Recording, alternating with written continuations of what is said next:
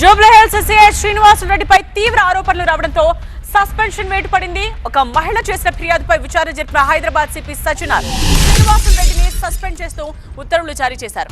అత్యాచారం, బెదిరింపులు, వీడియోలతో బ్లాక్ మెయిల్, భారీగా డబ్బులు తీసుకోవడం, బలవంతంగా అబార్షన్ చేయించడం వంటి తీవ్ర ఆరోపణలు చేశారు బాధితురాలు. తన నుండి సిఐ 2 కోట్లు తీసుకున్నాడని కూడా ఫిర్యాదులో పేర్కొంది బాధితురాలు. ఇందుకు సంబంధించిన ఆన్లైన్ లావాదేవీల ఆధారాలను సైతం అధికారులకు సమర్పించారు బాధితురాలు.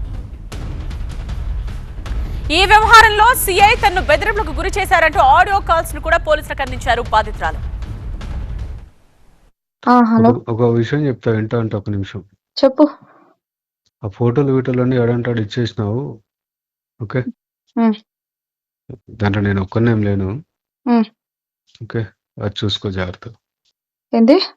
అది చూసుకో జాగ్రత్తగా, ఓకే? అవునా? ఆడపిల్లవు కదా. ఓ, ఈరోజు ఆడపిల్లని గుర్తుకొచ్చినానా? రోడ్డు మీద కొట్టినప్పుడు రాలే? మీ ఇంట్లో బట్టలు ఇప్పి కొట్టినప్పుడు గుర్తు రాలేదా? ఎవరిని కొట్టిరో, లిఫ్ట్ లో బట్టలు ఇప్పి కుట్టినప్పుడు గుర్తు రాలేదా ఆడపిల్లని? చెప్తున్నా. ఆడపిల్ల డ్రెస్ జింపి కొట్టినప్పుడు గుర్తు రాలేదా?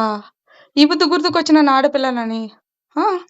నా జీవితం బొగ్గుపాలు చేసి ఈ బుద్ధి ఆడపిల్లనని గుర్తుకొచ్చినానా? రోడ్డు మీద పెట్టినవే నన్ను తెచ్చి అన్యాయం చేసి పెట్టారే. ఇంకేం చేసేస్తారు? మీరు పెట్టారు. మీరు నా జీవితాన్ని నాశనం చేసి రోడ్డు మీద పెట్టావు. ఇక చూసుకుందాంలే. నాకు పోతే పోనీ, నా పరువు ఏమైతుంది? పరువు పోతే పోనీ. ఇన్ని రోజులు అదే కదా నువ్వు అన్నావు. నువ్వు పిక్కోపో, నువ్వేం పిక్కుంటావు పిక్కోపో, ఏం చేస్తావు చేసుకోపో అన్నావు కదా. పోనీలో వదిలే, ఏదైతే అదేవని పానాలు పోతాయి, అంతే కదా.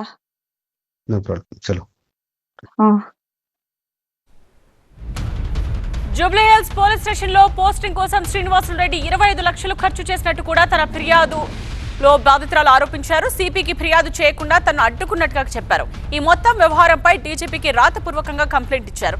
ఇవాళ ఫిర్యాదును తీవ్రంగా పరిగణించిన డీజీపీ ఐజీ షాన్వాజ్ ఖాసిం కు విచారణ బాధ్యతలు అప్పగించారు.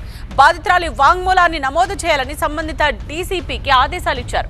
ఆరోపణలపై ప్రాథమిక విచారణ అనంతరం జూబ్లీహిల్స్ సిఐ శ్రీనివాసరెడ్డిని సస్పెండ్ చేస్తూ హైదరాబాద్ సిపి సజ్జనార్ ఉత్తర్వులు జారీ చేశారు. కేసుకు సంబంధించిన అంశాలపై విచారణ కొనసాగుతోందని వెస్ట్ జోన్ డీసీపీ వెల్లడించారు.